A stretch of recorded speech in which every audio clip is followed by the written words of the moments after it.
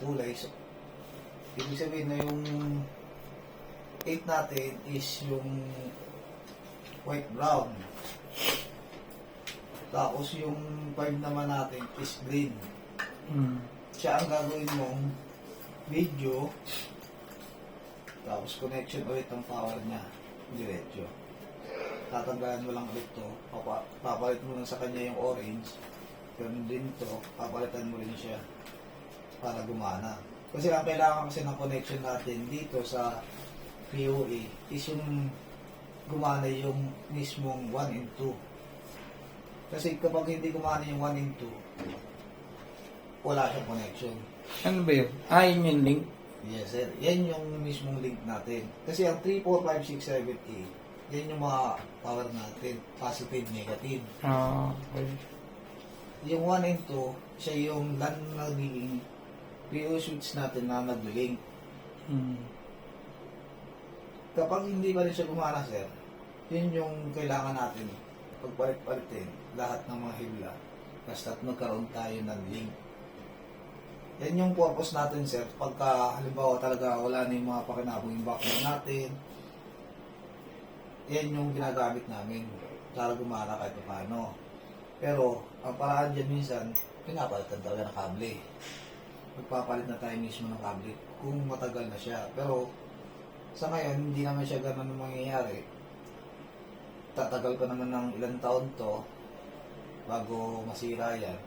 Pero kung mangyari man yan, sir, yun yung purpose na tinuturo namin sa inyo na kailangan pagpalitin nyo yung mga hibla lang. Halimbawa, umpisa ka dito, swap mo lang dito, nakabalik na ulit yung link niya.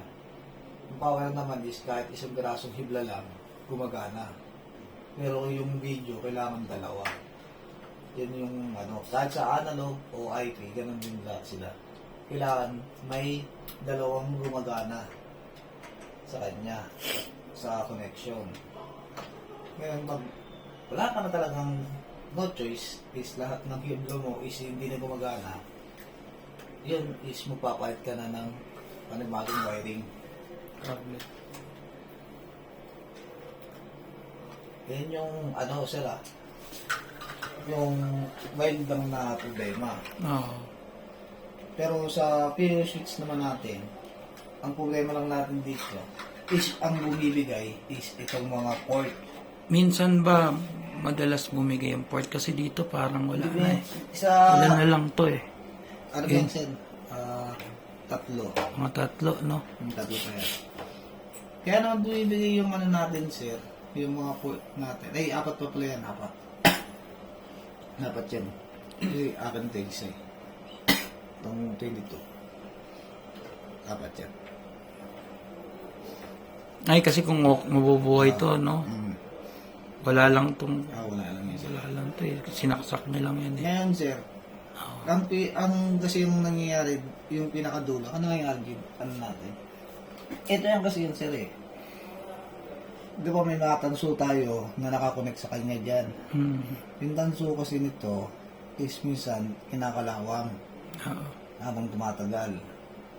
Pag kinalawang kasi yan, tumurupok yung mismong tanso.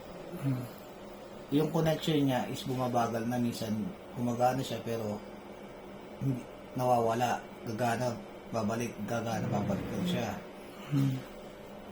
Pero ang madalas sa kanya kasi nangyayari is yung nawawala niya siya ng connection dahil dito sa tanso na itong hibla na dito.